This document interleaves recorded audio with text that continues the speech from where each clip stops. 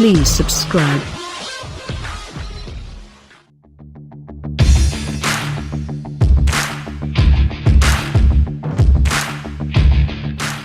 The 3-row MDX crossover is the first recipient of Acura's new, so-called Diamond Pentagon grille, part of a mid-cycle refresh for 2017. Other than the new schnoz, not much else changes for the most popular Acura, and that's a good thing. The MDX remains one of the most entertaining 3-row luxury crossovers to drive, which might sound like saying that Kim is the most intellectually stimulating of the Kardashians. But Acura's sophisticated super-handling all-wheel drive system, SH-AWD, which incorporates a torque vectoring rear differential, imbues the MDX with surprising athleticism. Push it into a corner hard and stand on the throttle, and the differential goes to work apportioning torque to the outside rear wheel, quelling understeer and motoring you on your way with little drama. The MDX's accurate steering rack and well-damped suspension also contribute to its dynamic poise. The ride is satisfyingly firm but not harsh, and overall responses are deft. The Acura's curb weight of 4,222 pounds also deserves plenty of credit for its lively performance.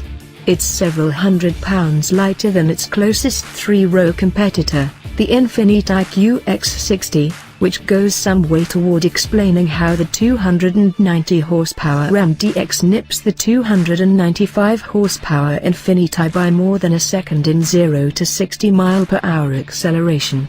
The MDX's sprint of 6.0 seconds and its 14.7-second quarter-mile time are nearly quick enough to keep up with the field of more powerful and significantly more expensive 3-row luxury SUVs we tested recently, including the Volvo XC90, BMW X5, and Audi Q7. The 9-speed automatic added for 2016 also helps acceleration and fuel economy. The MDX is rated at 26 miles per gallon highway, but we saw 28 miles per gallon during our real-world test run at a steady 75 miles per hour, but brings with it some quirks. It is frequently reluctant to downshift, has a console-mounted push-button shifter that takes some getting used to, and, on advanced models, includes a clunky engine stop-start system that's not particularly smooth. Where the Acura can't measure up to more prestigious crossovers is on the inside. Although touches such as open-pore wood and contrasting piping for the leather seats are welcome, the MDX simply doesn't feel as special as the plush Audi or the gorgeously trimmed Volvo. Fit and finish is good, but the MDX's dashboard has a mostly plain design and uses plenty of utilitarian-looking materials. The dual-screen setup for controlling the radio, navigation, and climate settings is dated at best and infuriating at worst. Tasks that should be simple, such as turning on the heated seats or changing radio stations, require using the lower touch screen, which has a complex menu structure and is slow to respond to inputs. We hope Acura's new infotainment system will be much better. It may be a bit unfair to compare the MDX's interior with those of posh European competitors, since the Acura does cost quite a bit less than the Audi and the Volvo.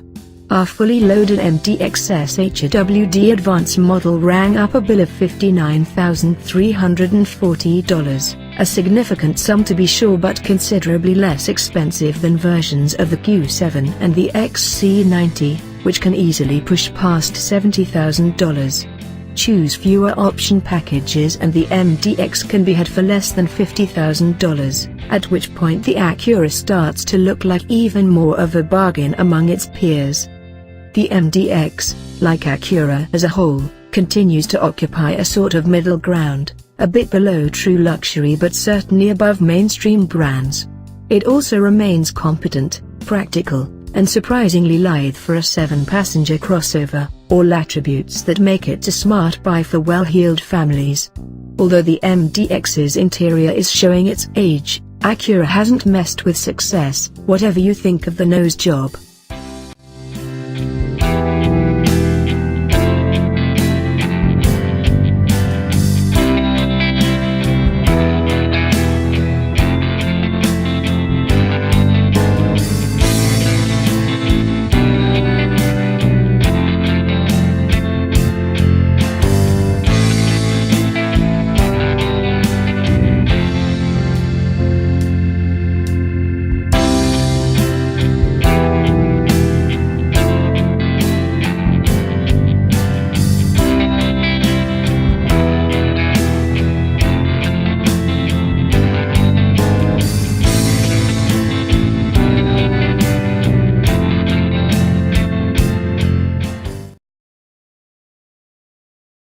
Please subscribe.